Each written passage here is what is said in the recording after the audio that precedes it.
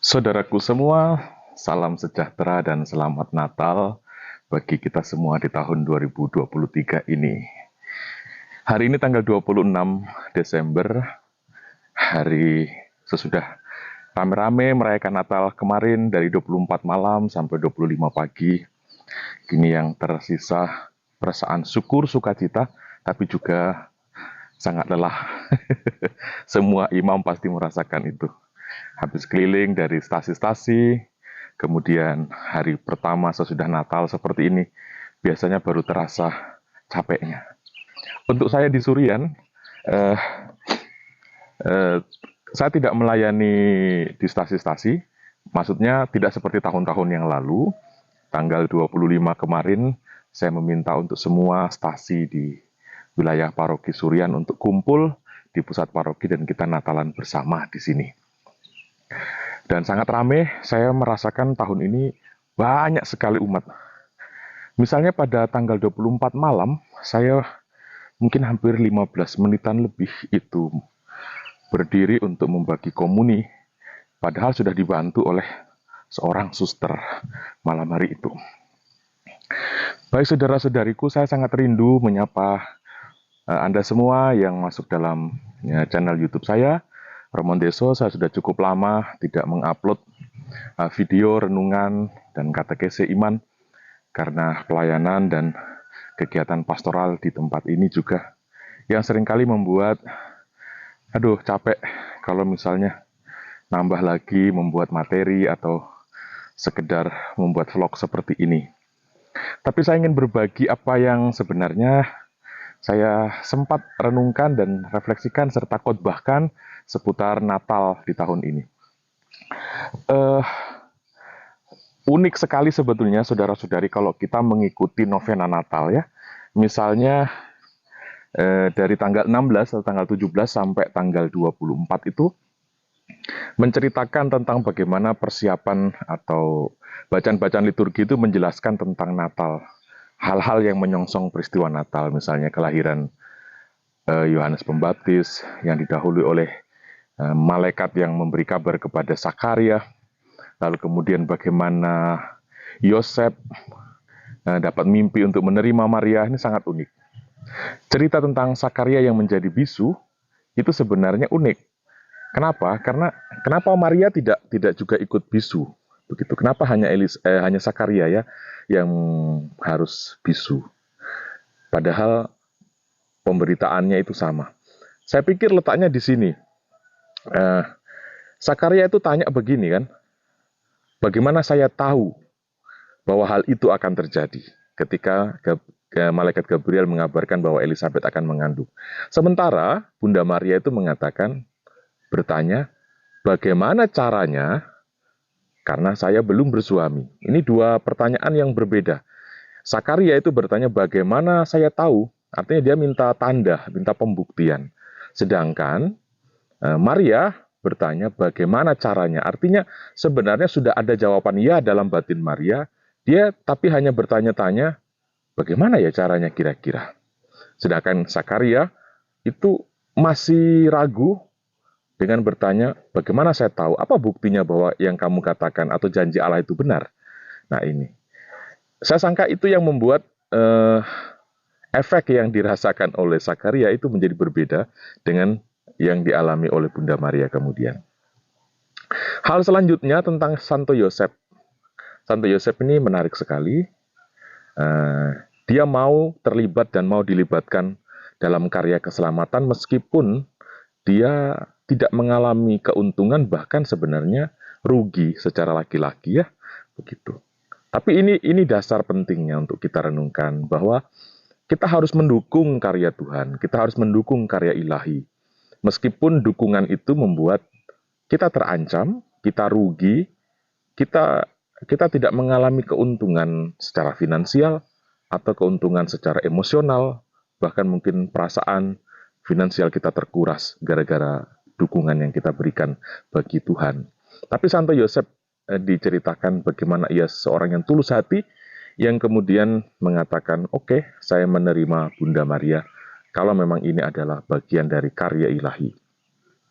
Meskipun, sekali lagi, secara manusiawi dan hasrat laki-laki, dia rugi. Begitu.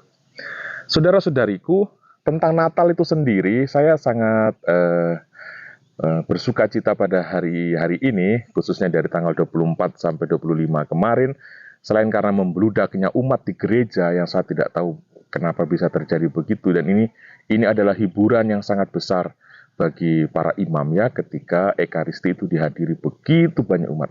Ratusan umat hadir di dalam satu gedung gereja itu membawa energi positif dan membawa rasa sukacita yang sulit untuk dilukiskan.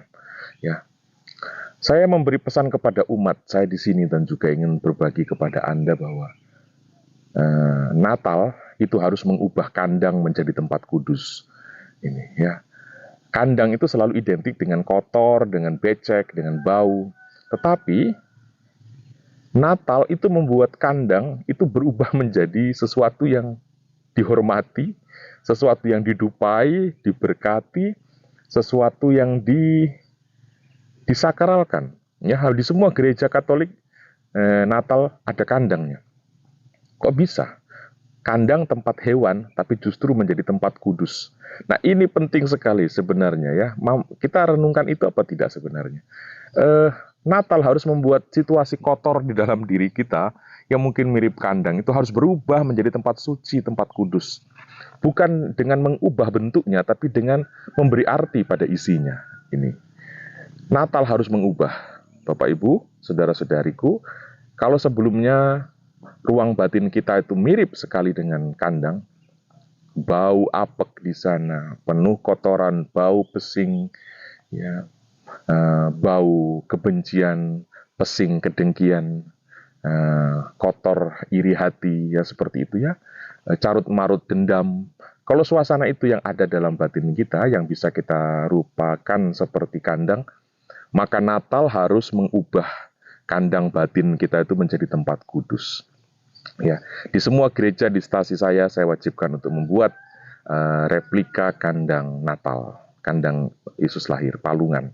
Supaya apa? Orang sadar bahwa tempat yang kotor itu, kalau terbuka pada kehadiran Allah, itu bisa menjadi tempat yang kudus. Kandangnya tetap kandang, tetapi di dalamnya berubah. Yesus harus mengubah, dan kita harus mau dirubah. Karena itu kita harus menerima kekotoran diri kita dihadiri oleh Sang Firman Allah. Sangat menarik merenungkan itu, dan saya harap kita semua menyongsong akhir tahun memiliki resolusi hidup yang yang kuat, yang memang sungguh-sungguh akan mengubah dan membuat kita juga kemudian memaknai perjumpaan kita satu sama lain itu secara baru. Ya, karena apa? Kandang hati kita telah dihuni, telah ditempati oleh Kristus. Begitu. Selain itu, saudara-saudariku terkasih, merenungkan Natal, saya di sini itu berpikir-pikir tentang kita harus mampu melihat yang ilahi di balik sesuatu yang sangat-sangat manusiawi. Ini, melihat masa depan bumi di dalam ruang kandang. Heran sekali. Dan orang-orang yang mendengar pewartaan dari para gembala menjadi heran. Begitu ya diceritakan dalam Injil. Mereka heran dengan apa yang dikatakan oleh para gembala. Bahwa mereka mengulangi kembali apa yang dikatakan oleh para malaikat kepada mereka. Akan lahir bagimu juru selamat. Kerajaannya takkan berkesudahan. Tandanya adalah kamu akan menjumpai seorang bayi lahir di dalam palungan.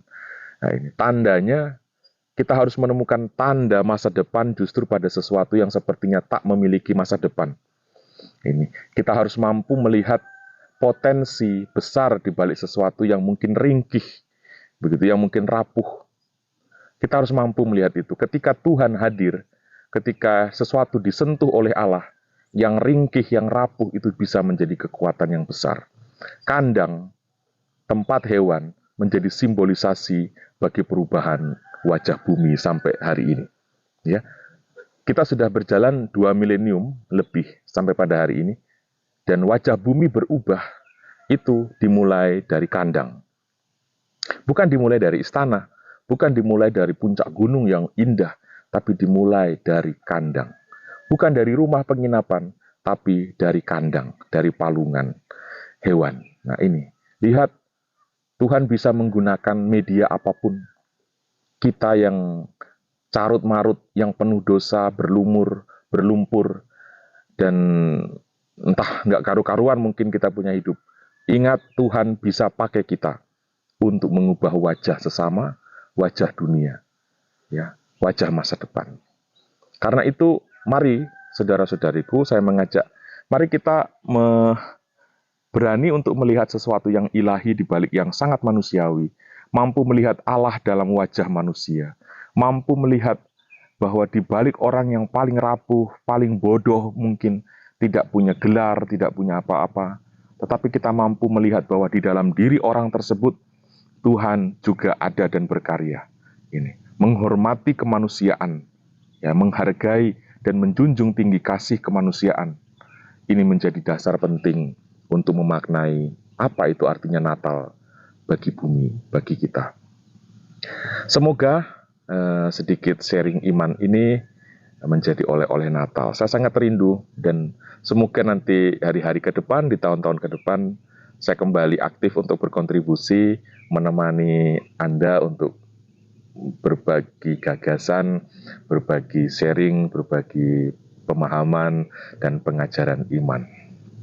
Saudara-saudariku, salam Natal dari saya, Pastor Paroki Santo Yosep Surian, yang sekarang ada di Surian, di Kalimantan Selatan, di ujung utara. Ini tempat saya ini, saya sekarang ada di Taman Doa yang Anda mungkin sering saksikan, untuk patung Pieta. Ini titik akan menjadi titik tengah perjumpaan IKN Ibu Kota Negara kita, lalu Kalimantan Selatan itu sendiri, Kalimantan Timur, Kalimantan Tengah. Jadi ini menjadi titik pusat nanti, ya, bukan titik pusat tapi menjadi tempat yang sangat strategis untuk orang dari Palangkaraya misalnya mau pergi IKN harus lewat sini.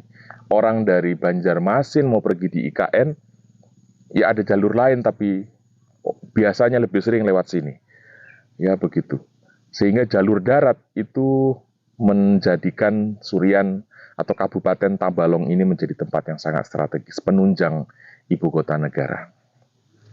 Selamat Natal sekali lagi, selamat menyongsong tahun baru, Tuhan Yesus memberkati.